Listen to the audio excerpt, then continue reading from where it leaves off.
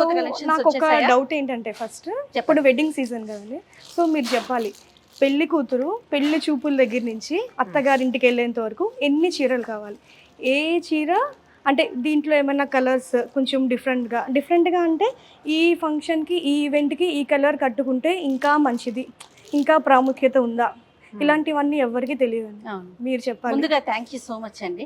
ఎందుకని అడగండి, నాకు చెప్పండి. ఒక కొత్త కాన్సెప్ట్ చెప్పారు. నెక్స్ట్ టాపిక్ ఇది. అంటే మీరు ఏం మాట్లాడినా ఒక టాపిక్ పట్టుకుంటారు.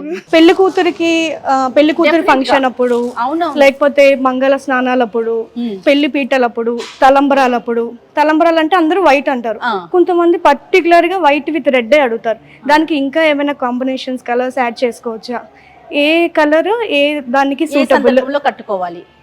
చాలా మంచి విషయం అండి. మంచిదే, అంటే యూనిక్ కలర్స్ కట్టుకోవాలనుకుంటాం. అవునండి, జనరల్ బేసిక్ కలర్స్ ఉంటాయి, అవునండి, గ్రీన్ రెడ్ ఎల్లో కదా, ఇవి కామన్ అన్నిటికీ. కామన్.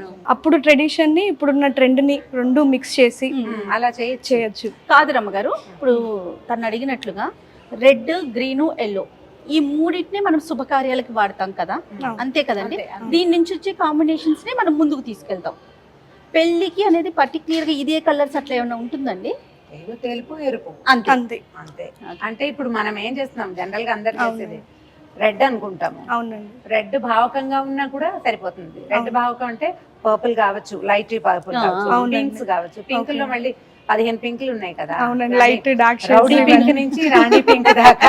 అవునండి, అవును, ఏ కలర్ అయినా తీసుకోవచ్చు. తీసుకోవచ్చు. అప్పుడు కొంచెం ఎరుపు భావకంగా కాస్త ఎర్రగా ఉంది అని అనిపిస్తే సరిపోతుంది. అలా తీసుకోవచ్చు ఏవైనా.